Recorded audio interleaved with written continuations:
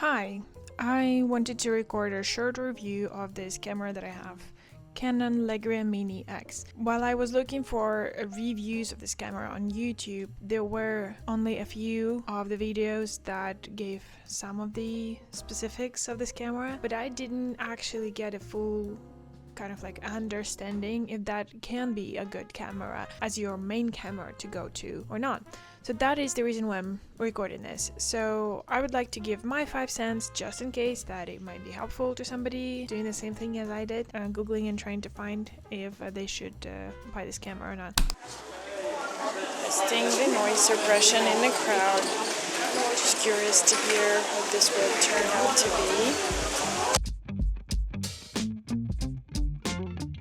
I went on a weekend sale, and that was in a parking lot of a shopping center. I was just casually browsing for cameras.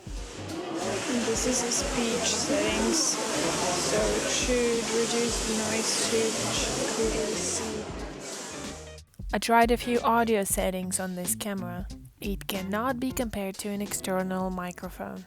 So this camera has another name, which is Vixia, Canon Vixia Mini X, and it has been discontinued. It has now quite some attention, I would say even influencers use this camera. So on the secondhand market, it got very high priced. Everybody's now aware of this camera, and there can be like a good idea to increase the price if you have one and you want to sell it. So they're usually sold somewhere from 300, which is considered to be a low price, 300 USD or euro, or sometimes you can find something cheaper, then consider yourself lucky, but the general price that I saw on eBay is somewhere around 500 euro in euro. So the reason why I wanted to buy this camera was that I knew that this camera is a small one, easy to carry around, it has a fish lens, it also has a very good built-in microphone, and that was basically it. I didn't know much. Oh yeah, and that gives you a feeling that it's a camcorder, because it actually positioned as a camcorder for vloggers. It has this camcorder vibe, if you know what I mean, like the image that you see, the video that you see, you get that it was recorded on a camcorder. So what I did is I took it with me today and spent some time with it, filming myself in the low light conditions, having this camera somewhere on the go with me. And I went to this weekend sales or flea market and tried to use it as I would with another vlogging camera, just any other vlogging camera, and I will show you the results that I got. So I'm going to check if they have scones here in the coffee house.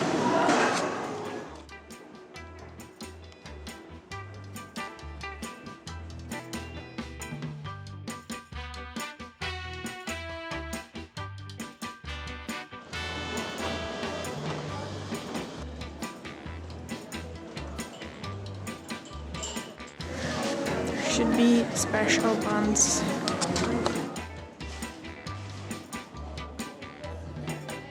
So my impression of this camera is that it can give you a very nice, quite unique angle, because it has this fish eye, and it can give you a very interesting look to your videos, and the microphone is surprisingly good enough. But there are also some downsides to it that you need to be aware of if you are considering buying this camera. I decided to compare this camera to a wide-angle action camera. They should give pretty much similar results.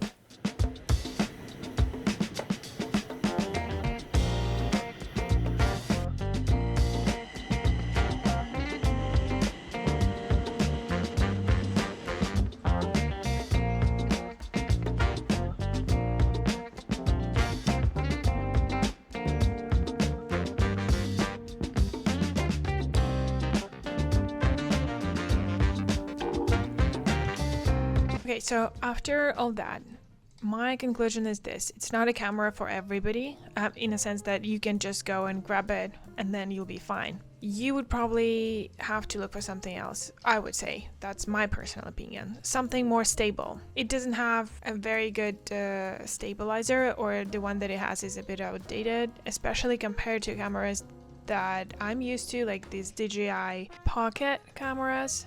Another disadvantage is that the video quality can be maximum of 1080p. And then on the topic of it being very light. So one thing that you can do with this camera is they can take it with you. That is very light. I would say quite light, but at the same time it's not kind of like the lightest. While I was really looking into buying this camera, I actually compared it to some other cameras and I wondered like which one would be the best for me specifically. So I've acquired another camera with quite a wide angle, but for me this is not the most compact camera out there, and I'm going to try and record this now on this camera just to see it as an example of the video taken in a bad light quality.